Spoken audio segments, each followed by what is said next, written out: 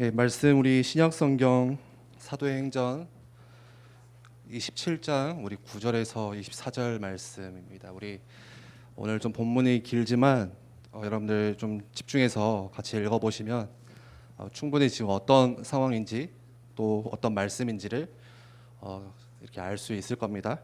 그래서 우리 한번 이 시간에 같이 말씀 읽을 때에 좀 말씀에 집중해서 한번 읽어보겠습니다. 사도행전 27장 9절에서 우리 성경책 없는 친구들은 우리 앞에 우리 자막 보시면 될 것 같아요. 26절까지 저 한 절 그리고 여러분들 한 절 이렇게 한 절씩 교독하겠습니다. 여러 날이 걸려 금시가는 절기가 이미 지났으므로 항의하기가 위태한지라 바울이 그들을 권하여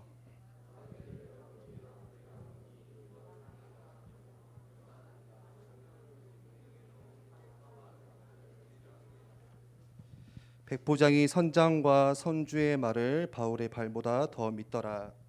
그 항구가 겨울을 지내기에 불편하므로 거기서 떠나 아무쪼록 베니스에 가서 겨울을 지내자 하는 자가 더 많으니 베니스는 그레데 항구라. 한쪽은 서남은 한쪽은 서부를 행하였더라. 남풍이 순하게 불매 그들이 뜻을 이룬 줄 알고 닷을 감아 그레데 해변을 끼고 항해하더니 얼마 안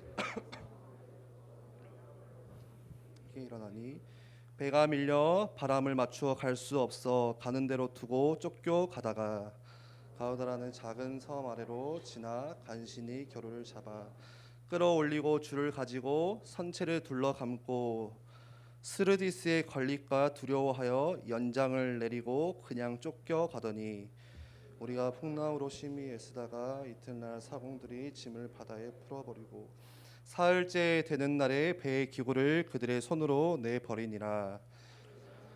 해도 별도 보이지 아니하고 큰 풍랑이 그대로 있음에 구원의 영마저 없어졌더라. 여러 사람이 오래 먹지 못하였음에 바울이 가운데 서서 말하되 여러분이여 내 말을 듣고 그에 대해서 떠나지 아니하여 이 타격과 손상을 면하였다라면 좋을 뻔하였느니라. 내가 너희를 권하노니 이제는 안심하라.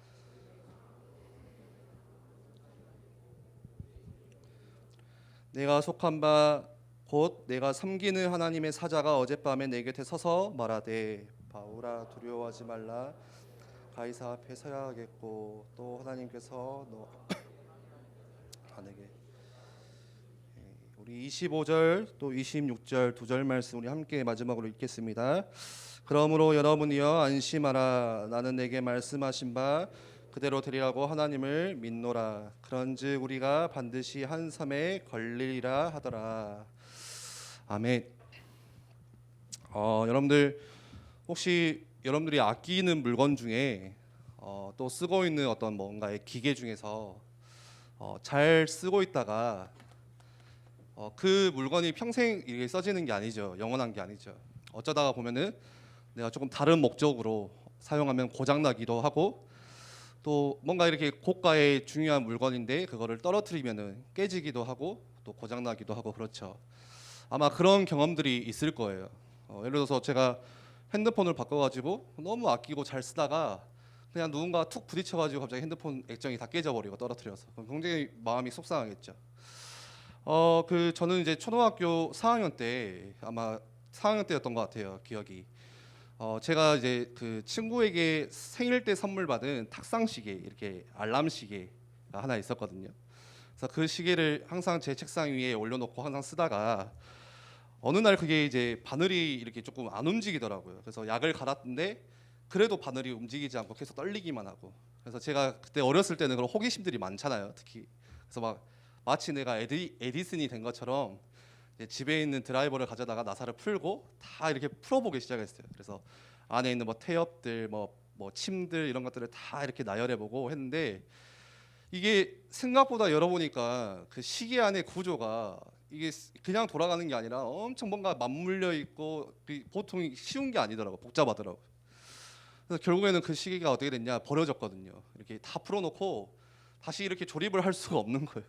뭐 설명서도 없으니까. 그래서 고장난 이유도 결국에는 찾지도 못하고 결국에는 다 풀어 헤쳤다가 해체했다가 결국에는 이제 쓰레기통에 이렇게 가게 되는 좀 그런 일이 있었는데 우리가 여러분들도 마찬가지지만 뭐 여기 정우 이종을 랩너트는 그 뭐 헤드폰 이런 기계들을 굉장히 좋아해요. 제가 예전에 다락방 하면 항상 그거 자랑하더라고요. 뭐 이어폰 자랑, 이어폰 꽂고 있냐 혹시? 예. 예, 뭐 헤드폰 자랑, 뭐 핸드폰 자랑, 뭐 그런 물건을 좋아하니까 예, 이해를 합니다. 근데 그런 물건을 아낍니다 우리가. 굉장히 조심스럽게 다루고요. 막 이렇게 잘 쓰고 하는데 갑자기 뭔가 고장이 났을 때는 어떻게 해야 돼요? 그 고장의 원인을 잘 아는 사람에게 가야겠죠. 예. 그 사람이 누굴까요? 그 기계를 만든 업체. 예를 들어서 제 핸드폰이 아이폰인데 이 아이폰이 고장 나가지고 삼성에 가면 고쳐줄까요? 고쳐주는 주겠죠. 예. 근데 조금 불안하지요. 예. 내가 갤럭시를 쓰면 삼성에 업체가 삼성이니까 내가 아이폰이면은 애플에다가 가져가서 맡겨야 됩니다. AS를 받아야 돼요. 맞는 사람에게 가서 찾아가야 됩니다. 예. 그 이유가 무엇이냐? 그 물건을 만든 사람이 가장 잘 알아요. 예. 이 기계의 원리가 뭔지, 이 기계가 어떻게 작동되는지, 이 기계의 구조나 또 이 물건이 갑자기 왜 고장이 났는지 가장 잘 아는 사람이 뭐라고요? 예, 그걸 만든 인간이다. 예, 그렇죠. 당연하죠. 그런데 우리도 마찬가지예요. 저와 여러분들도 여기에 있는 우리 모든 여러분들 학생들 우리 선생님들 다 마찬가지입니다. 나라는 존재가 뭐 이성현이라는 존재가 사람이라는 게 어느 날 갑자기 생겨난 게 아니에요. 갑자기 원숭이가 시간이 지나가지고 두 발로 직립보행을 하기 시작하더니 조금 더 시간이 지나서 막 손으로 뭔가를 만지고 쓰기 시작하더니 그게 사람이 된 게 아니라 진화가 된 게 아니라 우리를 만드신 분이 계시다는 거예요. 우리를 지으신 분이 계시다는 거예요. 그분이 누구세요? 하나님이세요. 성경은 하나님이라고 말씀하세요. 하나님은 어떤 분이시냐? 우리를 만드시고 우리를 지으신 창조주가 되세요. 예, 하나님이 무에서 유를 창조하신 분, 아무것도 없는 그 무에서 이 세상 모든 만물을 창조하신 분, 저와 여러분들을 직접 창조하신 분이 누구라고요? 바로 창조주가 하나님이시라는 것이에요. 그렇다면은 나를 창조하신 분이 하나님이시라면 나를 가장 잘 아는 사람이 누굴까요? 나를 가장 잘 아는 분이 누굴까요? 사실은 여러분들의 부모님도 아니고 여러분들의 친구도 아니에요. 여러분들의 부모님이 나를 낳아주셨기 때문에 정말 나에 대해서 잘 아냐? 진짜는 알지 못해요. 그렇죠? 부모님들 인정하시죠? 어느 순간 이 아이가 크기 시작하면요 말을 안 하기 시작하거든요. 여러분들 부모님과 대화 그렇게는 많이 안 하죠. 초식이 친구들과 대화를 훨씬 많이 하잖아. 우리는 내 친구들과 부모님과는 내 막 사소한 문제를 이렇게 별로 말하고 싶진 않아요. 왜죠? 뭐 잔소리밖에 더 들을 게 없기 때문에. 결국에 이제 화살이 나한테 오기 때문에. 그래서 네가 예배를 놓쳤잖아. 그래서 네가 늦잠잤잖아. 막 이러니까 말을 안 해요. 그리고 어머니는 내 자녀를 여러분들 낳아주셨지만 사실은 진짜는 잘 알지를 못해요. 여기 뭐 저희 어머니가 계시지만 저에 대해서 잘 아냐? 아시는 부분도 있겠죠. 분명히 있어요. 어머니니까 함께 오랜 시간 같이 살아왔기 때문에 나의 성향도 알겠죠. 그런데 내가 말하지 않으면 학교에서 내가 어떤 일이 있었는지, 내가 무슨 일을 했는지, 내가 오늘 누구를 만나는지, 어떤 생각을 하고 사는지 사실은 알지 못해요. 저희 부모님은, 저희 어머님은 지금도 제가 아주 착한, 한 번도 죄를 짓지 않고 아주 교회 안에서 성실하게 자라 뭐 다니엘처럼 생각을 하거든요. 근데 다니엘과는 좀 거리가 멀죠. 그러면은 여러분들의 친구들이 여러분들 잘 알까? 여러분들 가장 친한 친구 한번 떠올려 보세요. 지금 막 연락 오잖아. 지금도 항상 붙어 다니는 진짜 친한 친구. 아, 얘랑은 내가 평생 간다. 얘랑은 내 모든 것들을 다 나눌 수 있다 하는 친구들도 있죠. 그런데 그 친구가 여러분들의 인생을 진짜 잘 알까? 반대로 여러분들은 그 친구의 인생을 다 알아요? 모르죠. 그 친구도 역시 여러분들을 몰라요. 항상 붙어 다니고 재밌어요. 즐거워요. 같이 뭔가의 취미도 같이 나눠요. 게임도 같이 해요. 생각도 어쩔 때는 막 고민이 있으면 막 같이 이야기도 해요. 누구 좀 꼴보기 싫은 사람 있으면 같이 막 뒤에서 막 이렇게 뒷담화도 까요. 그렇다고 해서 그 친구가 나의 모든 것들을 속속들이 다 아냐? 그렇지 않아요. 그렇다면 누가 가장 나를 잘 알까? 누구예요? 나 자신이겠죠. 내가 나를 제일 잘 알겠죠. 그래도 어제 내가 아무도 모르게 지었던 은밀한 죄 나만 알아. 내가 거짓말하고 내 그 진심 나만 알아요. 예. 아무도 모를 거예요. 그런데 내가 나를 아는 것보다, 내가 나에 대해서, 이성현에 대해서 스스로 아는 것보다 더 잘 아시는 분이 누구시냐? 나를 창조하신 하나님이시라는 거예요. 우리 시편 139편 말씀 한번 볼까요? 한번 자막 띄워주세요. 1절에 보니까요, 한번 같이 읽어봅시다. 1절 말씀 시작. 여호와여, 주께서 나를 살펴보셨으므로 나를 아시나이다. 뭐라고요? 나를 아시나이다. 나를 아십니다. 시편 139편에서 좀 계속 보겠지만 계속 강조하는 그 문구가 있어요. 아신다는 거예요. 계속 아신다, 아시오니, 아시나이다, 아신다는 이야기를 계속 하거든요. 나와 함께 하시는 하나님께서 나를 살펴보셨으므로 그 누구보다 나를 잘 아신다고 말씀하세요. 그런데 그 하나님이 어느 정도로 아시냐? 우리 2절 말씀 볼까요? 한번 표현을 볼까요? 2절에 한번 읽어보겠습니다. 주께서 내가 앉고 일어섬을 아시고 멀리서도 나의 생각을 밝히 아시오며.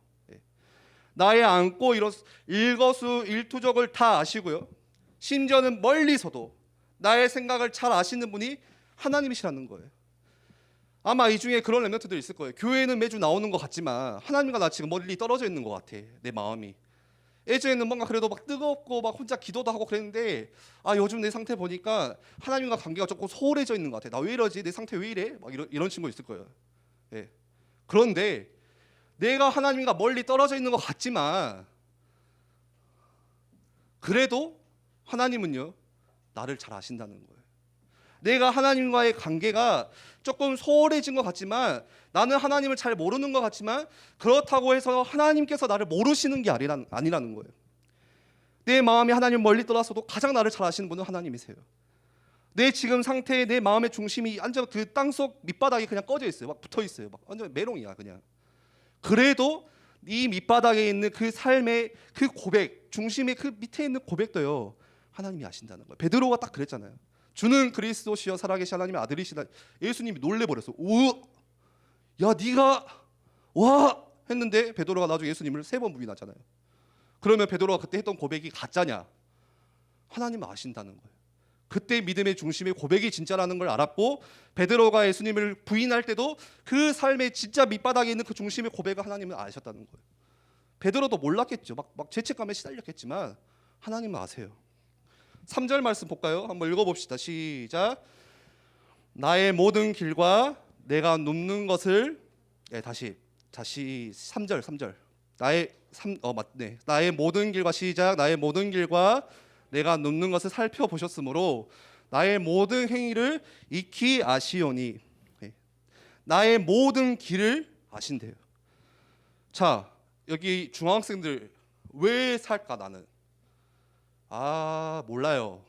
그런 질문은 하들 마세요. 어려운 질문이야. 어려운 질문. 왜 사냐 물어보면 사실 어려워. 그치, 태어났으니까 다 그래. 태어났으니까 마지못해 살아야죠. 죽기 싫어서 살아야죠. 그게 이유거든요. 자, 고등학생 친구들 나 왜 살아야 될까요? 중3 이상, 중3은 제가 인정해 줄게요. 고등학생 쪽으로. 조금 이유가 나오죠. 뭔가 하고 싶은 것도 있고, 막 이렇게 해야 될 것 같고, 막 이것도 해보고 싶고, 막 조금 이렇게 계획을 세워요. 그런데 내 인생길, 인생도 길이잖아요. 그렇죠? 길과 비유를 많이 하죠. 여러분들 미래의 길, 당장 내가 10년 뒤에 어떤 일이 일어나고 있을지 여러분들 스스로 막 길을 개척해 보지만 당장 10년 뒤에 어떤 일이 일어날지 안다 모른다? 몰라요. 모르죠. 사실은 당장 내일 어떤 일이 있을지 그냥 우리가 반복되다 보니까 익숙해져 있을 뿐이지 몰라요. 지난주에 정말 안타까운 지난주에 사고가 있었잖아요. 건물이 무너져가지고 5층 건물이 아예 버스를 덮쳐버렸죠. 그래서 많은 사람들이 다치고 또 이렇게 목숨을 잃기도 했고, 그 사람들이 알았을까요? 똑같이 일상을 그냥 사셨던 거예요. 이 버스를 타야 집에 갈 수 있기 때문에, 이걸 타야 내가 직장에 갈 수 있기 때문에 타서 가고 있는데 갑자기 건물이 무너진 거예요. 당장 내일, 오늘 이 시간 이후 이 시간에 내가 무슨 일이 일어날지 사실 우리는 몰라요. 그거 알면은 내가 하나님이지. 내 미래를 다 알면은 내 맘대로 하겠죠. 로또 다 긁어가지고 막 우리 다 대박 나겠죠. 예. 몰라요. 내가 인생의 길, 미래의 길 개척해 봅니다. 그것 때문에 오늘도 여러분들 이번 주에도 열심히 막 학원 다니고 공부했잖아요. 내 인생의 길을 조금 개척하기 위해서 여러분들 막 알바도 하고 막 돈도 모아보고 나름대로 뭔가의 계획들을 세웠잖아요. 그런데 당장 무슨 일어날지 모르는 그게 나예요. 그런 존재가 나라는 거예요. 연약한 존재예요. 누가복음 4장 14절 말씀에 이렇게 말씀합니다. 한번 띄워주실래요? 그 다음에 내일 한번 읽어볼까요? 시작. 내일 일을 너희가 알지 못하는도다. 너희 생명이 무엇이냐? 너희는 잠깐 보이다가 없어지는 안개니라. 내일 일을 알지 못한대요. 우리는 그래서 어떤 존재냐? 아주 잠시 여러분들 안개 아침에 안개 피면요. 안개가 밤까지 펴 있나요? 잠깐 몇 분 펴 있다가 갑자기 사라져요. 오늘 아침에도 제 교회 올 때 신세계백화점 앞에 항상 안개가 펴 있어요. 예. 그러면은 그게 영원하지가 않아요. 한 10분, 20분 해 뜨면 없어지거든요. 마치 우리 인생이 영원하지가 않다는 거예요. 여러분들 그러면 한번 생각해 보세요. 뭐 때문에 지금 마음 상하고 있어요? 뭐 때문에 지금 막 갈등하고 있고 막 마음 졸이고 있어요? 영원하지도 않은 거 가지고 계속 우리는 마음 졸이고 있어요. 우리는 그냥 잠깐 있다가 사라지는 안개 같은 인생인데 뭐 그렇게 해보겠다고 뭘 그렇게 막 해보겠다고 열심히 또 살아보고 막 최선을 다해보지만 사실 부질없다는 거예요. 예. 그러면은 잘 이해하셔야 돼요. 아 그러면은 계획 없이 살라는 말입니까? 아니에요. 내 계획이 아니라 하나님의 계획을 붙잡고 최선을 다해서 사는 게 믿음이에요. 여러분 믿음이라는 것은 아 하나님이 알아서 하실 거야. 나 아무것도 안 할래. 나 숙제 안 해. 공부 안 해. 하나님이 하실 거니까. 그건 믿음이 아니에요. 하나님을 믿지도 않는 거예요. 그거는. 진짜 하나님을 믿는다면은 최선을 다해야 돼요. 예. 하나님의 계획 안에서 잘 이해하셨으면 좋겠어요. 이게 내 계획 안에서 최선은 부질없어요. 하나님의 계획 안에서. 그런데 하나님께서 나의 모든 길과 나의 눕는 것을 나도 내 길을 잘 모르는데 다 살펴보신대요. 나의 모든 행위, 행동, 말 하나까지 익히 아시는 분이 하나님이시래요. 여러분들 잘 들어보세요. 하나님이 살펴보신다고 해서 승찬아 눈 뜨고 하나님이 살펴보신다고 해서 와 무섭다 혹시 그렇게 느껴지나요? 와 막 하나님이 막 내가 혼자 있어도 보는 거 같고 막 내가 화장실에서 똥 누고 있는 것 같아. 어머 뭐 좀 죄를 지어도 어머 이게 아니에요. 야 네가 어떻게 하나 보자 막 무서운 하나님이시 아니라 여러분들의 삶을 지키시고 보호하시고 인도하시고 좋은 길로 안내하시기 위해서 항상 여러분들과 함께 가신다는 거예요. 그런데 하나님이 나를 얼마나 잘 아시냐? 그 이유가 있어요. 13절에 시편 139편 13절 하나님께서 나를 잘 아시는 이유가 무엇이냐 한번 읽어볼까요? 시작. 주께서 내 내장을 지으시며 나의 모태에서 나를 만드셨다이다. 예. 나를 창조하셨기 때문에 가장 잘 아시는 분이 누구시라는 거예요? 내가 아니라 이성현이 이성현의 인생을 다 아는 게 아니라 다 알면은요 살고 죽는 것도 내 맘대로 해야죠. 여러분들의 내 부모님 문제 내가 다 해결할 수 있어야 돼요. 우리 부모님 자녀 문제 다 해결할 수 있어야 돼요. 문제가 없어야 돼요. 문제가 없어야 돼요. 문제가 없어야 돼 인생에. 내가 나를 잘 알면은. 그런데 나보다 나를 잘 아시는 주님이 분이 누구라는 거예요? 하나님이시라는 거예요. 나를 어머니의 뱃속에 모태에 지으신 분이 하나님이시기 때문에 그 하나님이 나를 안고 일어서는 거, 눕는 거 모든 것들을 다 아신다는 거예요. 혹시 심지어 멀리 떨어져 있어도 하나님이 아신다는 거예요. 그 하나님이 나를 어느 정도로 아시냐? 우리 누가복음 12장 7절 말씀에 새벽역 성경에는 이렇게 말씀합니다. 한번 볼까요? 하나님께서는 한번 읽어보시죠. 시작. 하나님께서는 너희 머리털까지도 다 세고 계신다. 두려워하지 마라. 예, 정말 적절한 표현이죠. 여러분들 머리털 셀 수 있어요? 대머리 말고 막 머리카락 한두 개 있는 사람 말고 머리털 오늘 몇 개 빠졌어요? 머리 감다가 3개? 너 일로 와. 누구야? 내기 할래? 누구야? 어디 있어? 누가 막 복화수로 하냐 막. 정웅이는 그런 말 안 해. 그치? 머리털이 몇 개 빠진지도 몰라요. 우리는. 저는 탈모라서 좀 많이 빠져요. 뭐 일로 와. 나와. 옥상으로 따라와. 그런데 그 머리털 하나까지도 다 세신바 되시는 하나님, 그토록 나를 잘 아시는 하나님, 그래서 두려워하지 말아라, 이렇게 말씀하시는 겁니다. 그렇다면은 자, 우리가 지금 이 사실을 정말 인정한다면, 정말 하나님이 창조주시고 나를 잘 아신다는 것을 정말 여러분들이 믿는다면요, 여러분들 삶의 이유, 나 왜 사냐, 나 왜 살아야 될까, 여러분들 인생의 목적, 나 무엇을 위해서 살아야 될까, 뭐를 위해서 살아야 될까, 여러분들 뭐 있겠죠. 뭐 성공하기 위해서, 의사 되기 위해서, 잘 살기 위해서, 뭐 시집 잘 가기 위해서. 여러분들 미래에 뭐 있어요? 방향, 나 어디로 살아야 될까, 어떻게 살아야 될까, 어느 방향으로 내가 어디로 가야 될까, 그러면 내가 대학을 어디로 가야 될까, 내 인생을 어디에 투자해야 될까. 여러분들 삶의 계획, 플랜 있잖아요. 그러기 위해서 내가 뭐를 준비해야 될까. 네. 이런 것들이 있겠죠. 그게 누구에서부터 나와야 된다는 거예요. 내가 진짜 이 사실을 인정한다면 나로부터 나오는 것이 아니라 창조주 하나님으로부터 내 삶의 이유, 목적, 방향, 계획 다 나와야 돼요. 내가 아니라, 내 중심이 아니라, 지난주 말씀처럼 세상에서 기준, 세상이 어떻게 해야 성공했나, 세상이 말해주는 것이 아니라 나를 지으신 하나님께로부터 여러분들의 계획, 이유 다 나와야 되는 거예요. 그런데 자꾸 우리가 내 계획, 내가 세운 계획, 내가 나로부터 나온 계획, 내가 힘으로 애쓰는 계획, 여러분들 삶이 자꾸 내 계획을 붙잡기 시작하면요, 어떻게 되죠?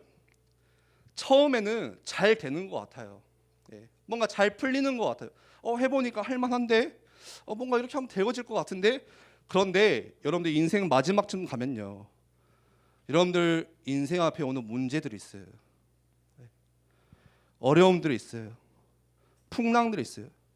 손쓸 수도 없는 문제들이 분명히 있거든요. 그 문제가 여러분들 찾아오기 시작해요. 그러면은 내가 세운 계획들이 어떻게 되냐, 한순간에 진짜 그냥 사라져버려요. 물거품이 돼버려요. 자, 청소년은 왜 소망이 있냐? 미래가 있어요. 그렇기 때문에 조금 잘못 가도 내가 다시 도전해야지. 이게 청소년의 진짜 맛인 것 같아. 막 우리 선생님들 눈에 볼 때는 쟤 뭐 할까, 어쩔라 할까 하는데 저는 그렇게 생각 안 하거든요. 청소년에게는 무궁무진한 미래가 있어요. 소망이 있어요. 저기로 가도 다시 오면 돼요. 상관없어. 자, 그런데 어른들 보면요, 얼굴이 좀 어두워요. 뭔가 이렇게 그 얼굴 민낯이 조금 이렇게 그늘져 있거든요. 인생에 좀 풍랑을 맞아본 거예요. 살아보니까 누구 생각하냐? 너, 야, 애원아, 누구 생각하냐? 누구를 생각하길래 웃을까? 살아보니까 녹록치가 않다는 거예요. 저도 잘 몰라요, 사실. 저 이제 36밖에 안 됐어요. 엄청 젊어요. 여러분들이랑 뭐 오빠 쌍형 사이예요.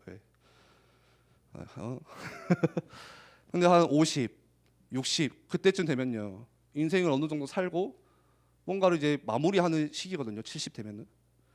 근데 뭔가를 젊을 때 열심히 이룬 것 같은데 나중에 가보니까 진짜 이거 손 쓸 수 없는 문제, 젊었을 때는 어떻게 생각도 못했던 그런 문제들 막 일어나기 시작하면요, 나 인생 뭐 살았을까. 그래서 굉장히 마지막에 가서 삶의 목숨을 끊는 그런 어른들도 굉장히 많아요. 더 이상 뭐 어떻게 할 수가 없어요. 내가 낳은 자녀인데 내가 낳은 자녀를 어떻게 할 수가 없어. 가정이 이렇게 깨질 거라고 상상도 못했어. 내가 피땀 흘려서 세워놓은 이 사업과 이 일들이 이렇게 망할 거라고는 전혀 생각도 안 해봤어. 그런데 시간은 이미 확실히 많이 지나 있어요. 60, 70 더 이상 도전할 수 있는 시간도 없어. 그러면 인생 마지막쯤 돼서요, 갑자기 손쓸 수 없는 문제 때문에 막 무너지기 시작해요. 막 원망에 잡히기 시작해요. 오늘 우리 시작하면서 함께 읽었던 말씀이 딱 그걸 보여주고 있어요. 지금 내가 세운 계획을 붙잡으면 인생이 어떻게 되는지 보여줘요. 지금 사도 바울이요, 오늘 말씀해 보니까 죄수예요. 죄수가 되어서 죄수의 신분으로 지금 로마에 압송되어서 배를 타고 가는 장면입니다. 그런데 사도 바울이 보니까 지금 배가 바다에 뜨면 안 될 것 같아요. 위험해 보여요. 그래서 사도 바울이 뭐라고 이야기하죠? 오늘 10절 말씀에 보니까 우리 한번 자막 띄워주시면 좋을 것 같아요. 10절에 보니까 사도 바울이 이렇게 이야기합니다. 말하되 여러분이여 내가 보니 이번 항해가 화물과 배만 아니라 우리 생명에도 타격과 많은 손해를 끼치리이다. 바울이 보니까요, 야 내가 보니까 이번 항해가 굉장히 어려워 보인다, 위험해 보인다. 배만 파손되는 게 아니라 우리의 목숨까지도 생명까지도 위험할 것 같아. 그래서 조금 때를 기다려보자. 바울의 말이 그거거든요. 그런데 11절에 뭐라고 이야기하죠? 백부장이 선장과 선주의 말을 바울의 말보다 더 믿더라. 백부장은 누구예요? 군인. 자신의 밑에 100명의 부하가 있는 백부장, 군인. 굉장히 통솔력 있고 지휘력 있는 꽤 힘 있는 지휘자예요. 선장은 누구예요? 잘 알죠? 배를 운전하는 사람, 조종하는 사람, 배의 이 키를 잡고 있는 사람, 바다에 대해서 경험이 많은 사람이에요. 유능한 사람입니다. 선주는 누굽니까? 배의 주인, 실제 배의 소유주, 경제력이 있는 사람, 부자예요. 그런데 이 사람들이 지금 뭐를 의존하냐? 자신의 경험을 의존하고 있죠. 자신의 지금 세워놓은 계획들을 더 붙잡고 있어요. 그래서 아니다, 가면 된다. 야, 내가 너보다 배를 훨씬 많이 타봤다. 나 선장이야. 그냥 가면 돼. 그랬더니 어떻게 돼요? 처음에는 계획대로 잘 되는 것 같아요. 기분이 좋거든요, 그러면. 그런데 13절에 그래서 13절에 보니까 13절에 뭐라고 하죠? 남풍이 순하게 불매. 야, 봐라. 잘 가잖아. 항해하기 좋은 날씨잖아. 내 말이 맞지? 내 경험이 믿어야지. 계획대로 우리가 하길 잘했다. 그들의 뜻이 이룬 줄 알고.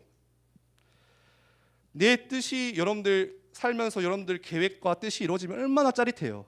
와, 나 이번에 성적 막 몇 등급 맞아봐야 딱 되면 얼마나 짜릿해요. 그렇죠? 내가 뭔가를 해봐야 하는데 그게 되면은 굉장히 기분이 좋죠. 근데 오늘 보세요. 처음에는 내 계획대로 되는 것 같아요. 남풍이 순하게 불매. 그들의 뜻이 이룬 줄 알고. 내 뜻대로 되는 것 같지만 얼마 안 가서 어떻게 되죠? 14절에 보니까 얼마 안 가서 얼마 지나지 않아서 유라굴로라는 뭐가 불기 시작해요? 광풍. 광풍은 미칠 광, 바람풍. 미쳐버린 바람이 갑자기 막 배를 집어삼키기 시작합니다.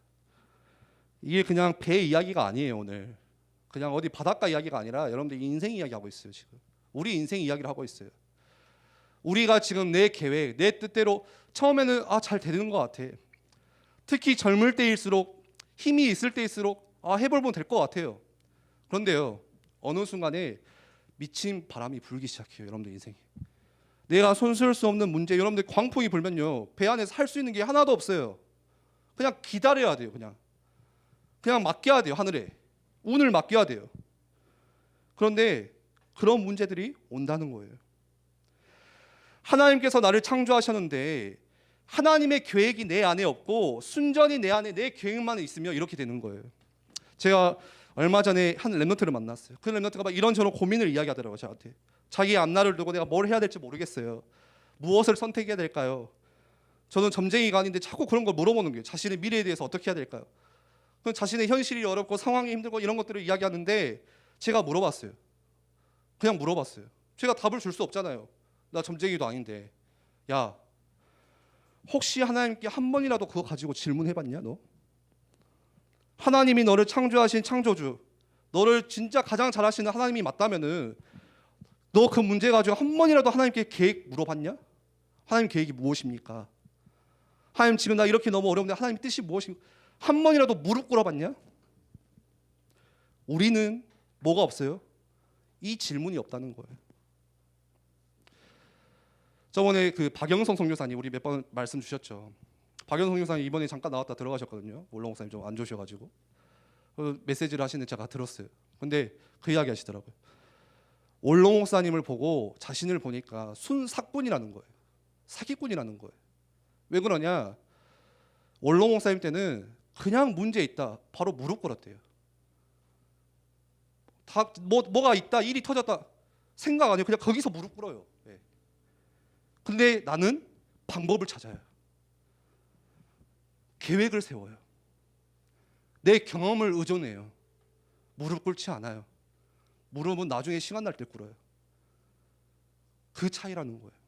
제가 그 이야기 잠깐 듣다가 와, 나는 사기꾼도 아니다. 나는 그냥 진짜 사꾼도 아니다. 예. 지금 세대가 어떤 세대냐? 무릎 꿇지 않는 세대예요. 하나님께 질문하지 않는 세대예요. 내 힘으로 해보려고 하는 세대예요. 여러분 유튜브 보세요. 뭐만 찾아보면 다 나오죠. 저 설교 준비하는데 하나님께 무릎 꿇지 않을 때가 더 많아요. 유튜브 찾아보고 주소 찾아보면요, 정보력이 훨씬 더 많아요. 예전보다. 올로 목사님 때 그때 목사님들보다 훨씬 더 설교의 그 풍성함은 있을 거예요. 지식은 더 훨씬 많을 거예요. 그런데 뭐가 없냐? 영성이 없어요. 스피릿이 없어요. 지식만 남아 있어요. 그게 오늘날 여러분과 저가 사는 무릎 꿇지 않는 세대예요. 내 계획대로 하니까 이 계획 저 계획 다 세워봐요. 플랜 A 안에 보면 플랜 B, 플랜 C, 플랜 Z까지 다 세워보고 다 해봐요. 그러면 어떻게 돼요? 오늘 20절에 여러 날 동안에 해도 별도 보이지 않는 큰 풍랑이 그대로 있고 구원의 여망마저 사라져버린 어두운 밤이 찾아와요. 인생에 분명히 찾아옵니다. 네. 여러분들 계획대로 하다 보면요, 이미 찾아왔을 수도 있고, 선생님들 중에 어두운 밤, 어떤 밤이에요? 해도 보이지 않는 밤. 상상해 보세요. 별도 밤에 보이지 않고 어둠밖에 없어. 풍랑은 그대로 앞에 있네. 구원의 여망마저 사라져버린 밤, 구원의 소망마저 사라져버린 밤, 누가 나를 건질 수도 없는 그 밤, 우리 인생에 그 밤이 찾아온다는 거예요. 여기서 해도 보이지 않고 별도 보이지 않는 것은 뭐예요? 완전히 방향을 다 잃어버렸다는 거예요. 어디로 갈지를 몰라요. 그 당시에 난치판이 없기 때문에 해를 보고 별을 보고 별자리를 보고 길을 찾았거든요. 해도 별도 보이지 않는 그 밤, 우리 인생이 그렇게 된다는 거예요. 우리 인생의 방향을 잡을 수도 없는 어두운 밤이 찾아온다는 거예요. 그러면 우리가 뭐 붙잡아야 돼요? 내 계획이 아니라, 오늘 제목이죠, 하나님 계획. 그게 뭐예요?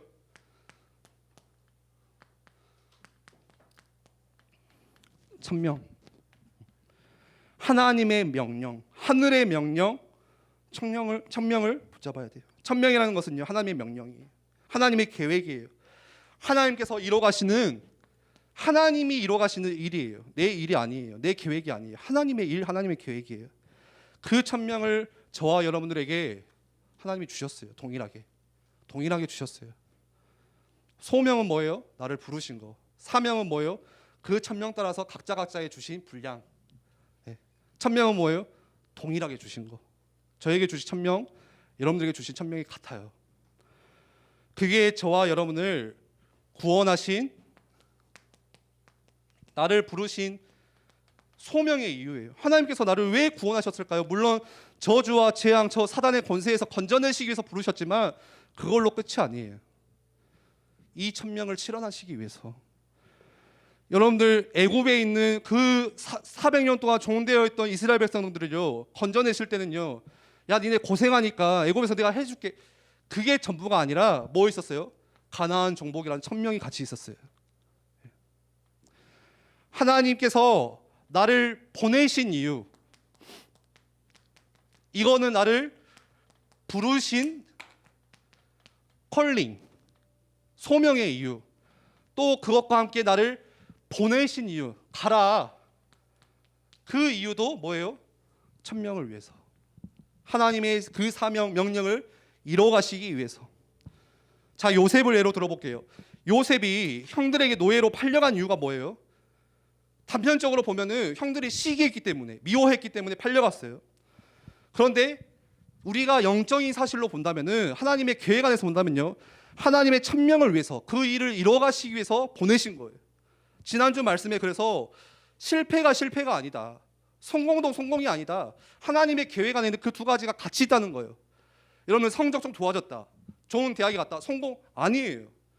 떨어졌다, 대학에 안 떨어졌다, 직장을 못 구했다, 실패 아니에요. 하나님의 계획 안에서는요, 두 가지가 다 같이 있어요. 내 기준으로, 세상 기준으로 보니까 있으면은 성공, 없으면은 실패, 그게 아니라는 거예요. 그 수준이 아니라는 거예요. 세상 기준으로 보면요, 그 요셉은요 완전 실패자예요. 형들에게 팔렸어요. 노예로 갔어요. 감옥수로 갔어요. 그런데 하나님의 계획 안에서는 성공이에요. 그래서 요셉이 나중에 형들에게 뭔 이야기예요? 하나님께서 당신들보다 나를 먼저 앞서 보내셨으므로, 나를 앞서 보내신 그 이유가 뭐냐? 하나님의 언약 실현, 그 천명을 이루어하시기 위해서 그저 앞서 보내신 것뿐입니다. 내가 잘나서도 아니고 하나님이 그냥 앞서 보내신 거예요. 그 이유예요. 오늘 우리 예배 마치고 잠깐 의미 있는 시간을 가질 거예요. 우리 박주일 랩런트가 이번 주 25일에 이제 미국으로 갑니다. 이제 그 우리나라 학교랑 학기가 달라서 졸업을 했어요. 그리고 이제 미국의 대학교를 가요. 그래서 마지막으로 인사도 하고 조금 기도 제목도 같이 나누려고 하는데, 이 박주일 랩런트가 미국 가는 이유, 대학 가는 이유, 우리 기준에서 생각하면 그래 고3 졸업했으니까 대학 갈 시간이 됐으니까 가야지, 그게 아니라 하나님께서 나를 앞서 보내신 이유, 하나님의 기준에서는 하나님의 계획 때문에 천명 가운데 보내신다는 거예요. 여러분들 내 계획만 붙잡으면 처음에 잘 되는 것 같아요. 그런데 구원의 소망마저 사라진 그 밤이 반드시 찾아올 거예요. 그리고서는 여러분들 뭐라고 말해요? 여러분들 불신자하고 우리 똑같은 말 엄청 많이 하잖아요. 야 우연이야 우연. 아 재수 없어 재수. 아 내가 그때 그거 안 했더라면은. 아 상처. 다 여러분들 이거는 없고, 내 기준 내 생각 가지고 생각하니까 상처, 실패, 재수 없었어. 그때 내가 선택을 잘못했어. 내 실수. 여러분들 실수도 하나님의 계획 안에 들어가 있어요. 천명 때문이에요. 실패도 성공도 없어요. 그러면서 후회하고 원망 속에서 젖어서 살 거예요. 그러면 어떻게 되냐? 그동안 내가 쌓아왔던 거 하나씩 버려야 돼요. 우리 18절 19절 한번 보실래요? 여러분들 광풍이 부니까, 여러분들 바다에서 광풍 불면 뭐 할 거예요? 할 게 없다니까. 버려야 돼 그때는. 18절에 보니까 배에 있는 짐을 다 풀어서 바다에 던지기 시작하고요. 19절에 보니까 중요한, 심지어 배에 반드시 있어야 되는 중요한 기구들까지도 다 자기들 손으로 직접 바다에 버립니다. 그 배에 누가 있었어요? 경제인도 있었죠. 똑똑한 사람도 있었죠. 유능한 사람, 군인도 있었죠. 마찬가지예요. 내 계획 세우면 아무리 내가 정치인, 경제인, 똑똑한 사람, 과학, 내가 뭐 서울대를 다닌다고 할지라도 여러분들 갑자기 이 광풍이 불어닥치기 시작하면요 다 버려야 돼요. 여러분들 학위도 다 갖다 버려야 돼요. 우리 청년 선생님들 스펙도 그때는 다 버려야 돼요. 뭐 할 거예요? 광풍에서 스펙이 뭐가 중요해요? 사냐 죽느냐 문제인데. 여러분들 지금 쌓아놓은 통장의 잔고, 우리 랩런트들 없겠지만 우리 부모님들 통장에 뭐 억, 천 다 버리셔야 돼요. 다 놔둬야 돼요. 구원의 여망마저 없는. 왜요? 그 돈이, 그 스펙이, 그 학위가 나를 구원해 주는 게 아니에요. 내 계획 붙잡으면요 여러분들 집도 버리셔야 돼요. 가족도 버리셔야 돼요. 다 버리셔야 돼요. 진짜 비참해집니다. 완전 어두운 밤이 찾아와요. 그런데 하나님의 계획, 천명 속에서 보면 어떻게 되죠? 어떻게 될까요? 착각하지 마세요. 일이 술술 풀린다? 그런 착각하지 마세요. 와 하나님의 천명 붙잡으니까 내가 서울대를 갔네, 그런 간증들을 하지 마세요. 그런 수준 간증. 와 하나님의 천명 붙잡으니까 막 경제에 축복을 주셨네, 꼭 주셔야 축복입니까? 그런 간증들을 하지 마세요. 그런 세상 기준이 아니에요. 하나님이 주시는 응답은. 내 앞에 문제가 와도, 풍랑이 찾아와도, 광풍이 불어도 하나님의 천명이 붙잡아지면 상관없어요. 여러분들의 영혼이, 저는 이게 제일 큰 축복이지 않을까요? 흔들리지 않는 거. 문제가 와도 별로 괜찮아. 막 위기가 와도 감각이 없는 게 아니라 감각이 있어요. 마음이 평안해요. 오늘 바울이 하는 고백 보세요. 22절에 이제는 안심하라. 죄수인 신분의 그 사람들 향해서 야 안심해. 25절에 그러므로 여러분이여 이제는 안심하라. 그 이유가 뭐예요? 23절에 내가 속한 바 곧 내가 섬기는 하나님의 사자가 어젯밤 내 곁에 서서 말하되, 하나님 자녀의 축복이에요. 내가 하나님께 무릎 꿇고 기도하는 그 밤에 하나님의 사자가 나에게 와서 이 말씀을 하더라. 24절에 바울아 두려워하지 말라. 내가 가이사 앞에 서야 하겠고. 천명. 또 하나님께서 너와 함께 항해하는 자를 다 내게 주셨으라 하였으니. 바울에게 뭐 있었어요?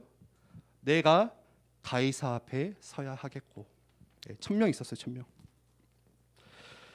바울에게는 하나님의 천명이 있었어요. 너가 로마의 황제 가이사 앞에 서기 전까지, 너가 로마에 가서 이 그리스도의 복음 전하기 전까지는 절대로 어떤 문제가 와도, 어떤 광풍이 와도, 어떤 핍박과 환란이 찾아와도 너를 절대 삼킬 수가 없어. 이 천명 이루기 전까지는 너 털끝하나도 건드릴 수 없어. 그러니까 바울이 거기에 확신이 있어서 죄수인 신분에도 불구하고 이제는 당신들이여 안심하라. 배에 탔던 바울은요, 백부장처럼 권력 있는 사람도 아니었고 선주처럼 돈이 많은 사람도 아니었어요. 바울은요, 거지예요, 거지. 선장처럼 바다의 경험이 많은 사람도 아니었습니다. 세상 기준으로 보면요, 죄수예요, 실패자예요, 낙인 찍힌 사람이에요. 그런데 뭐를 붙잡은 사람이에요?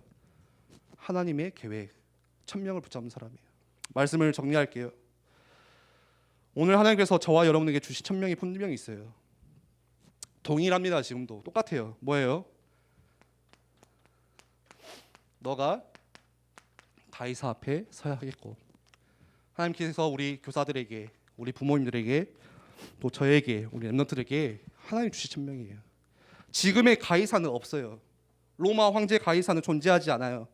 그런데 우리가 복음 전해야 되는 수많은 현장 기다리고 있어요. 지금도 우리를, 전도자를 기다리고 있어요. 바울을 기다렸던 것처럼 지금도 이 복음을 듣지 못한 수많은 이 영혼들 기다리고 있어요. 그게 하나님께서 우리에게 주신 천명이에요. 나를 부르신 이유, 나를 또 보내신 이유, 하나님의 천명 실현하시기 위해서. 여러분들 이 천명이 혹시 부담스러우세요? 아, 내 수준에 무슨 천명이에요. 아, 저 실력 없어요. 저 능력 없어요. 저 배경 없어요. 혹시 그렇게 생각하세요? 자꾸 그게 지난주 말씀 세상 기준 속는 거예요. 내가 오늘 말씀 붙잡고 아, 천명이구나 하다가도 여러분들 집에 가면요, 부모님과의 대화, 그 짧은 대화 속에서 여러분들 뭔가의 미디어를 보면서 잠깐 들어오는 여러분들에게 들어오는 것 속에서 야, 네 능력 없잖아. 여러분들에게 매 이야기해요. 야, 네 뭐 잘하는 거 없잖아. 네 실력 없잖아. 네 어제 뭐 했어? 네 뭐 별거 없잖아. 자꾸 무너져요. 내가 어찌 감히 천명을 실현합니까, 하나님? 내가 어떻게 이거를 혹시 여러분들 여기에 관심이 없어요? 부담돼요? 부담이 없거나 관심이 없거나 둘 중에 하나예요. 우리는 그게 뭐예요? 하나님과의 관계에서부터 오는 거예요. 천명은요, 부담스러운 게 아니에요. 우리 생각에는 불가능이라고 생각하지만 천명은 누구의 일이라고요? 처음에 제가 말씀드린 것처럼 하나님의 일이에요. 하나님의 계획이에요. 하나님이 하시는 일이고 하나님이 세우신 계획이에요. 세계복음화는 내 계획도 아니고 내가 하는 일도 아니에요. 하나님이 하시는 거예요. 이뤄가시는 거예요. 내가 안 해도 누군가를 통해서 이뤄가세요. 그런데 누구를 통해서 이뤄가세요? 이 하나님의 천명 붙잡는 사람, 이 하나님과의 관계가 회복되는 사람. 어떻게 해요? 예배를 통해서. 어떻게 천명 붙잡을 수 있어요? 여러분들 예배 가운데서 자꾸 하나님께 질문하셔야 돼요. 하나님의 계획을 찾으셔야 됩니다. 우리가 그 속에 있을 때, 전능자를 믿는 그 믿음 가지고 있을 때 하나님께서 오늘 전도자 바울과 같이 여러분들을 이끌어 가실 거예요. 여러분들이 고백할 수 있겠죠. 밖에서, 세상에서 이제는 안심해라, 평안해라. 그 평안이 여러분들 학교에, 여러분들 내일 만나는 친구들에게, 여러분들이 사랑하는 그 사람에게, 여러분들이 있는 현장에 전해지기를 기도합니다. 우리 함께 같이 기도하겠습니다.